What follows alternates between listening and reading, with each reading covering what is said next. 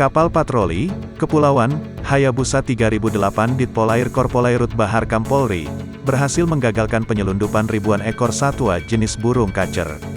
Satwa ini diangkut dari negeri jiran Malaysia dengan satu unit speedboat tanpa nama. Pengungkapan ini berawal saat polisi mendapatkan informasi tentang adanya aktivitas bongkar muat mencurigakan di dekat kawasan Pelabuhan Lalang, Sungai Apit, Kabupaten Siak, Provinsi Riau pada Kamis, tanggal 2 September tahun 2021, sekira pukul 7 waktu Indonesia Barat.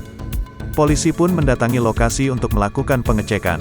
Sesampainya di sana, tampak sejumlah keranjang yang ternyata berisi burung kacer, sedang diturunkan dari speedboat, dan akan dipindahkan ke mobil Toyota Innova.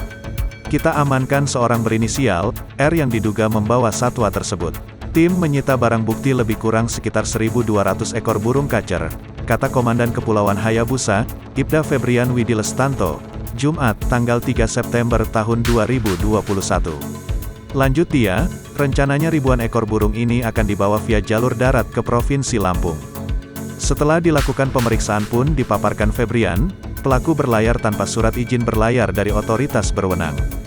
Burung kacer yang dibawa pun tanpa dilengkapi dokumen yang sah dari Balai Karantina Hewan dan Tumbuhan, berupa sertifikat kesehatan.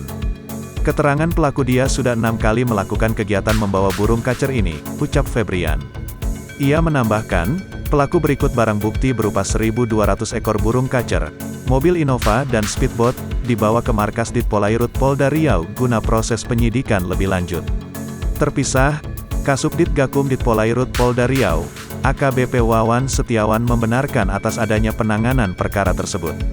Menurutnya, pihak kepolisian telah berkoordinasi dengan BBKSDA Riau.